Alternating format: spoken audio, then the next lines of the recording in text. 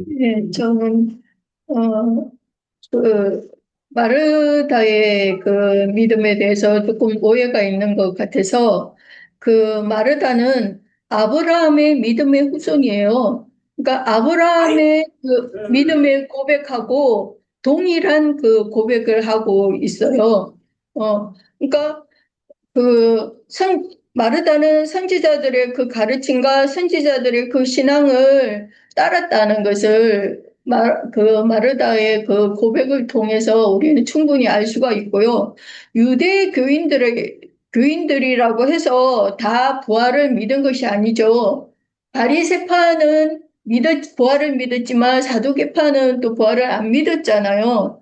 근데 이제 그 마르다는 믿었죠. 믿었는데 다만 그때와 시기에 관한 그 이해도가 좀 없었다는 거죠. 그렇지. 그래서 내가 그 말을 하는 거예요. 그래서 그거를 전제해서 지금 부활이 있는 거, 구약의 생명의 부활.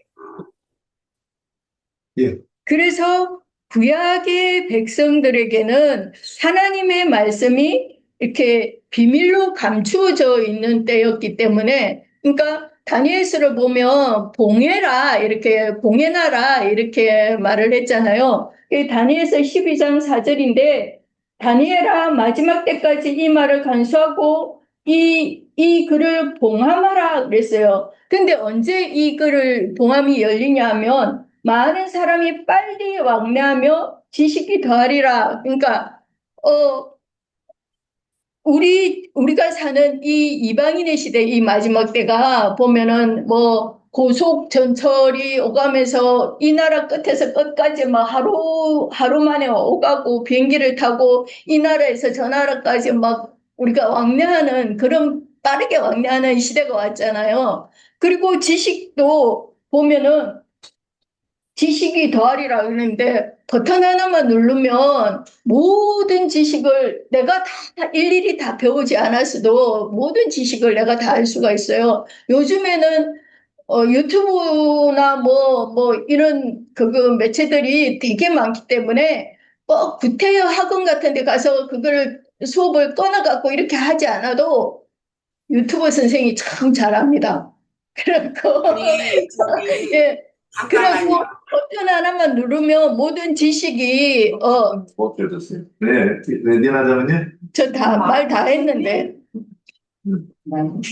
예, 아니, 지금 그게 왜 필요한, 난 그 말을 왜 쭉 할 필요가 있나 싶어갖고, 왜냐하면은, 그거는 이제 다니엘의 예언은 우리가 계시록에다 적용을 하면 되지 않을까. 많은 지식이 더해진다는 것도 모든 신약 시대를 통해서 지금 자매님이 얘기한 것처럼 모든 지식이 다 더해져갖고, 이렇게 해서 아니 오는 부활에 대한 우리가 그걸 적용하면 되지 않을까 하는 생각이 들거든요. 그리고 아니 마르다의 다르잖아. 믿음을 오해를 못 했다는 것이 들어가지고. 아니라 인정을 해요. 그러는데 지금 우리가 생명의 부활이 있다는 그것을 그러니까 예수님께서 말씀하신 무릇 살아서 나를 믿는 자는 영원히 죽지 아니하리니 하는 그 말씀을 나는 이해를 못하지 않았나 나는 그렇게 봤다는 얘기예요. 아니 제가 다니엘서 이 말씀을 얘기를 하는 거는 그 구약 시대의 사람들이 그러니까 그 선지자들의 그때의 사람들이 저기, 그러니까 말씀이 이렇게 비밀로 봉해져 있었기 때문에 좀 그런, 오늘 마르다 같이 그 때와 시기라든지 이런 데 대한, 그 이해도가, 어, 음, 좀, 없었다는 그렇게 것을, 이해를 그걸 하는 지금, 얘기를 하는 거예요. 그래서 구약 때는 이랬기 때문에, 이해도가 좀 없는 때다. 그 말을 지금 제가 하려고 다니엘서 얘기를 드린 거예요. 예. 알았어요. 그러면, 네, 그럼에도 불구하고 마르다가 한마디 더 했잖아요. 그러나 나는 이제라도 주께서 무엇이든지 하나님께 구하시는 것을 하나님이 주실 줄 알아야다 그러면 자기의 어떤 그 상식과 어떤 그 인간의 한계로 이해하는 그것을 초월해서 모든 것이 가능하다. 이제 이렇게 말하는 것으로 보이기는 해요. 그러니까 아브라함의 아까 왕국 누가 그랬더라? 저기 네. 저 자매님이 그러셨나? 저기 누구야 저기 어, 김영수 자매님 동생. 나 이름이 얼른 생각이 안 나가. 여자자매님? 애자 자매님이 그랬나? 마르다는 구약 시대의 그 진실한 믿는 이들을 대표를 한다. 옥경 자매가 그랬나? 애자 자매님이 그랬나? 복경자매가요. 어? 복경자매요. 옥경 자매가 그랬어. 그런 것 같아. 그거는 같이 어그리해요. 그렇게 보면은 합당하지 않을까 싶어요. 아니, 선생님. 그 강론 중에 지금 수도 없이 나오는 말씀이고, 정리하고. 예. 그래서, 그러면 이제 시간이 좀 많이 지났으니까, 이게 그 우리가 뭐 동일하게 이해하는 거는 같은 내용으로 다 이해가 되는 것이고, 또, 어떤 그 다른 말이 나오는 거는 우리가 있는 그대로 보여드리는 거예요. 그래서 이거는 이해가 아직 안 됐구나, 정리가 안 됐구나, 이런 것이 드러나야, 비로소 이제, 우리가 거기서부터, 주님의 은혜를 받을 수 있는 출발점이라고 이렇게 보니까, 조금씩 이렇게 다른 부분이 있으면 다시 결국에는, 맞춰가야 되는 거예요. 네. 성령의 계시로. 자, 여기까지 말씀, 이제 나누고 마치고, 장로 형제님, 오늘 네, 듣다가, 그러니까 옥경 예, 자매한테 내가 저기 하는 거는 마르다의 믿음이 잘못됐다고 말을 하는 것이 아니라 시기적으로 이제 말하자면 우리가 종합적으로 얘기하면 시기적으로 그때 당시에는 지금 있는 그 생명의 부활이라는 것은 깨달음이 없었다. 그래서 그것이라는 것이 결국은 율법 시대의 그 믿는 이들을 대표를 한다 하면은 그게 참 합당하겠다 하는 생각이 드는 거예요. 예. 아니, 너무 큰데. 자, 여기까지 그 하고 마치고, 장로 형제님, 좀 구별하시고, 또, 권고의 말씀 들으면서 오늘 말씀 마치고.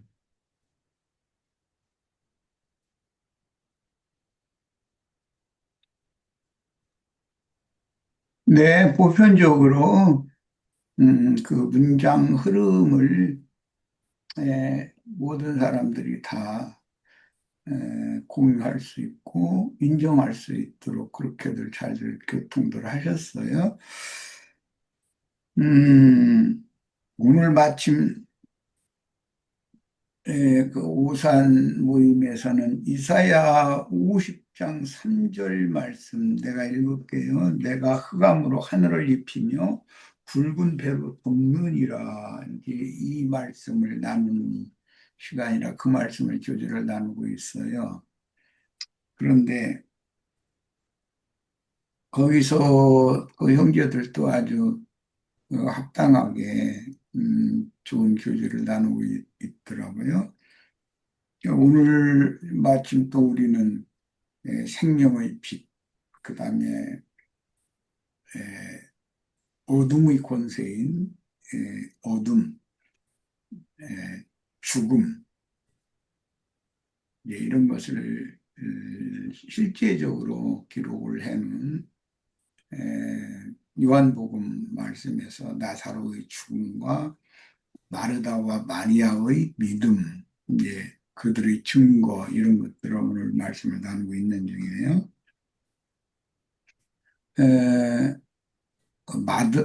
특히 이제 오늘 말씀에서는 마르다와 마리아가 죽은 나사로의 그 유 동생들이기 때문에 중심 인물들로 이렇게 대두되고 있는데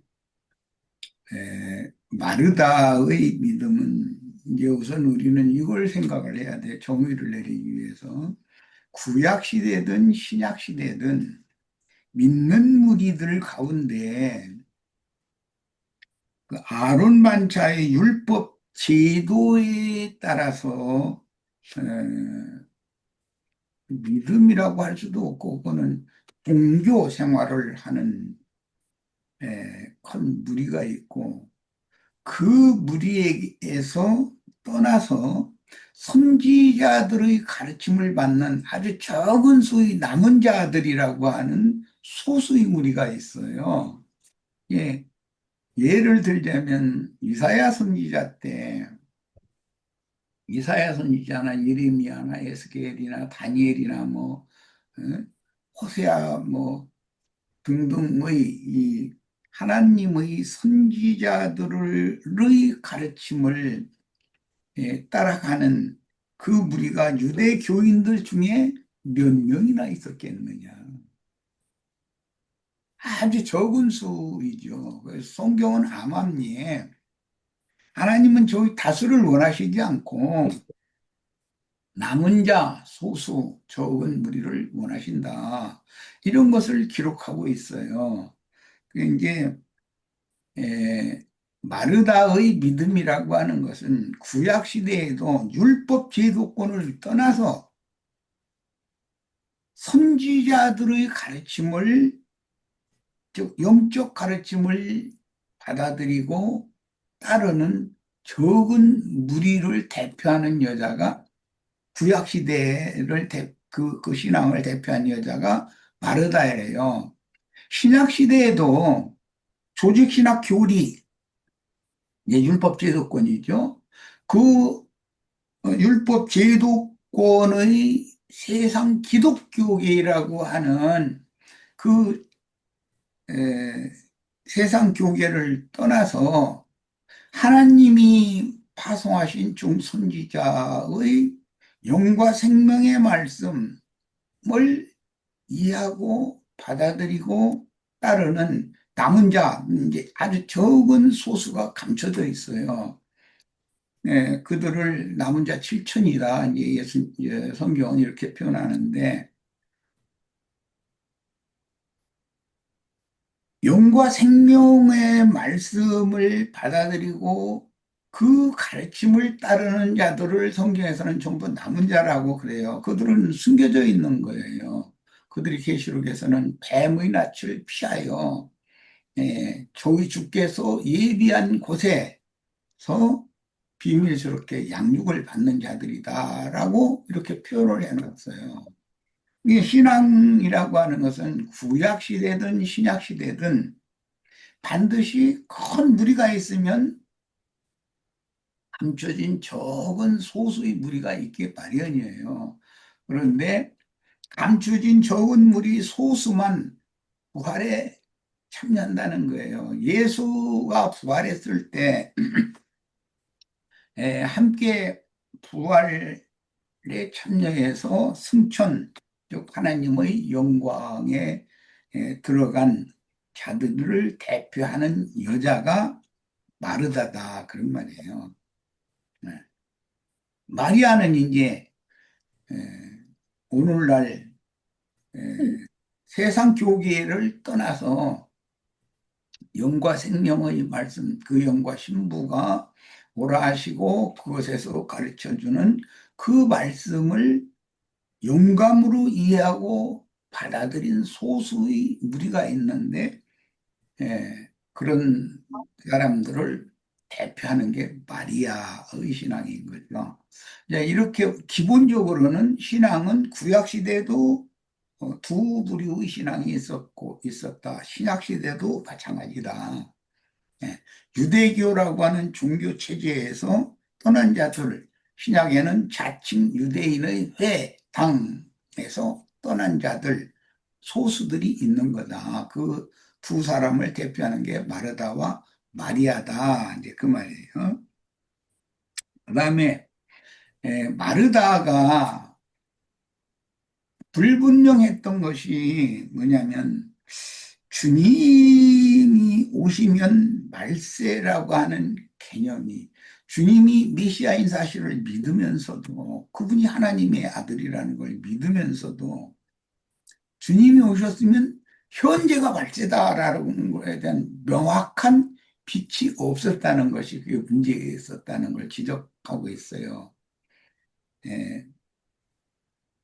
주님은 내가 세상의 구원자지만 세상의 심판자도 되는 거기 때문에, 예수는 주님이 오셨을 때 주님을 영접하지 않으면 다 심판받은 큰 무리는 다 심판받는 거예요. 적은 소수만 예수님이 오셨을 때도 구원을 받았어요. 그 구원을 받았다는 건 영적 생명으로 부활했단 말인데, 그것은 오늘날 우리들이 쉽게 표현하자면 영이 죽은 상태에 있다가 성령으로 말미암아 거듭났다 그 말이에요. 그럼 부활된 거예요. 죽었다가 살아난 거니까요. 죽은 영이 살아난 거예요. 그 첫째 부활이라고 그래요. 생명의 부활. 그 다음에 영이 부활된 것이 다가 아니고 오는 부활이라는 것이 또 있어서 그것은 혼의 구원을 이루는 교회 생활 과정을 거친 다음에 몸이 육신의 몸을 벗고 위로부터 오는 초소인 신령한 몸으로 덧입혀지다가 육신의 몸을 벗어나는 순간 신령한 몸으로 덧입혀져서 영광에 들어가는 거예요. 그게 승천이에요. 그러니까 예수님의 부활과 승천에 참여한 자들이 오늘 두 여자 마르다는 이미 부활 승천한 구약시대의 온전케 된 의인의 영들이고 마리아는 오늘 우리들이다. 이제 이렇게 이해를 하면 쉽다 하는 거예요. 그래서 이 말세 마지막 때라고 하는 개념이 오늘날 기독교인들이 다 오실 메시아인 예수가 재림한다는 걸 그렇게 믿어요. 철두철미하게 믿어요. 그런데 창공 하늘만 쳐다보는 믿음이에요, 그들은. 그 예수가 이미 2000년 전에 오셔서 대대로 복음을 전하는 증인들을 세상에 파송해서 증인들의 복음 전파를 받아들여서 마음에 믿은 사람 속에 예수 그리스도가 자신 속에 들어와서 현재적으로 함께 살아계신 사실이 안 믿어지는 거예요.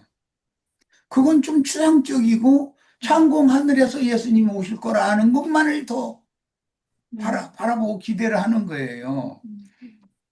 이 휴거 사상을 믿는 것도 그러니까. 그런 사람들의 신앙은 말세라고 하는 개념도 2000년 전부터 매 세대에 계속 지금까지 말세는 계속 이어지고 왔었고 동시에 말세라는 건 세상을 완전히 끝내버리고 새 세상을 시작하는 걸 말세라고 그런 건데 그들에게는 말세가 아직 안 왔다라는 말은 육신의 생각이 영의 생각을 에워싸고 둘러서 오늘 이사야서 50장 3절 말씀에 보면 저주받은 자들의 심판 어떻게 하냐면 내가 흑암으로 하늘을 옷을 입히듯이 하늘을 흑암으로 입히고 굵은 배로 덮어버린다 이랬어요.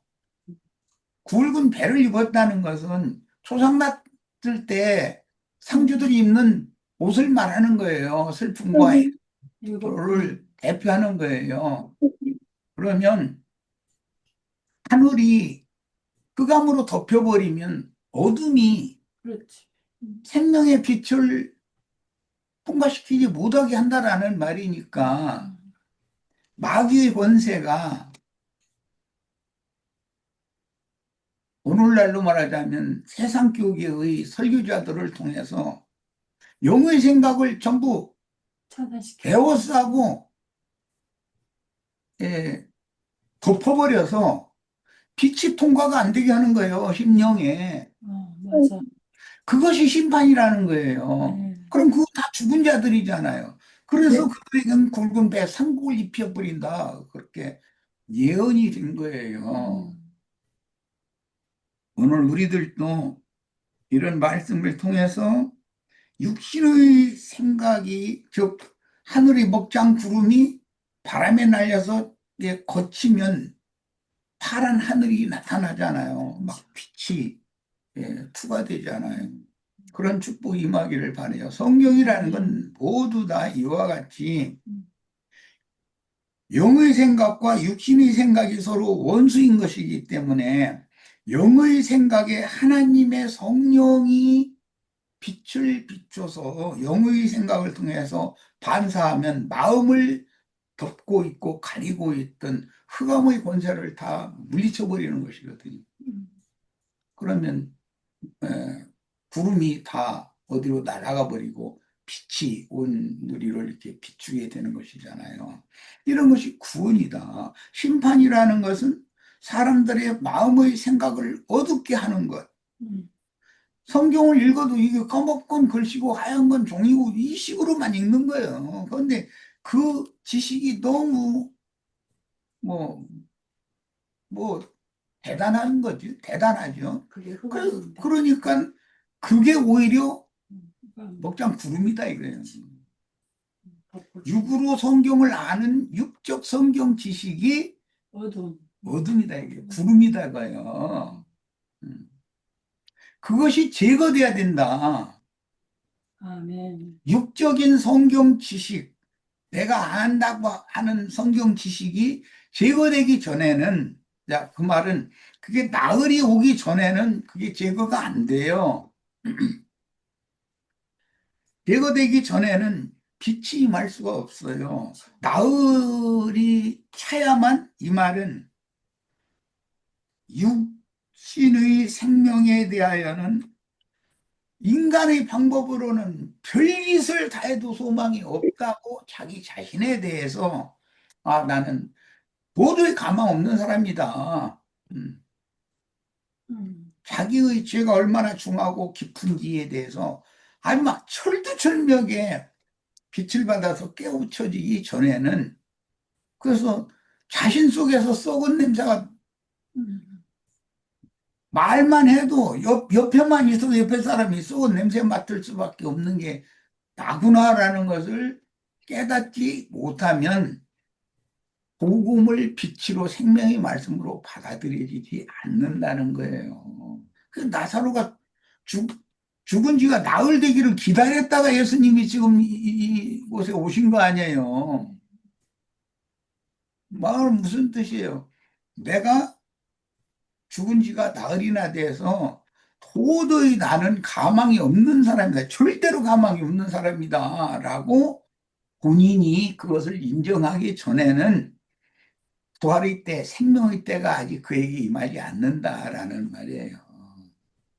우리들이 이마만큼 성경이 말하는 그 의도에 맞춰서 철두철미하게 회개하고 새 생명을 얻게 하는 복음이 믿어졌는지 이런 것을 좀 이 시간에 깊이 이거는 각자의 문제니까 잘 생각을 해보는 시간이 됐으면 합니다.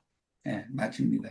그러니까 이렇게 깨달아지네요. 육신의 생각은 흑암, 어둠을 말하고 영의 생각은 빛, 밝음을 말하는 거. 확실히 알아지네요. 네. 어둠을 밤이라 하고 빛을 낮이라 낮이라 한다고 하는 게. 했잖아요. 예. 예수님이 오셔서 예. 내가 너희와 함께 있는 동안은 낮이다. 빛이 비치고 있는 거다. 그 말이잖아요. 육신의 그러나 그 생각. 밤이 오리니 육신의 이렇게 생각은 말씀하시잖아요. 어둠, 영의 그러니까 생각은 빛. 예수가 나를 떠나면 나는 어둠에 잡히는 거예요. 예. 그런데 구원 과정이라고 하는 건 저녁도 되고 아침도 되고 이게 이제 교회 생활 과정이 되나 이렇게 해서 어둠은 점점 물러가고 계시록에는 다시는 밤이 없겠고까지 완전히 이제 7날이 빛이라고 그러는데 빛으로만 충만한 모든 날을 살게 하시는 것, 이것이 생명의 부활이라는 겁니다. 아멘입니다. 예. 우리가 구원이라는 말을 너무 많이 들어가지고 너무 잘하는 것 같은데 조금만 깊이 들어가 설명하려고 그러면 이게 정신이 하나도 없다고 하면 그래요. 지금은 뭐 그렇게까지 정신없지는 않을지는 모르겠지만 아직도 좀 명확하지 않은 부분들이 정리되지 않은 부분들이 있지 않을까 하면서 지금 요한복음 11장 이렇게 강론을 듣습니다. 자, 우리 요한복음 딱 끝나고 난 다음에는 이제 더 이상 밤이 없는 사람들이 돼가지고 정오의 빛보다 더 밝은 빛을 얼굴에 막 쏘는 그런 사람들이 됩시다. 네. 자, 마치겠습니다.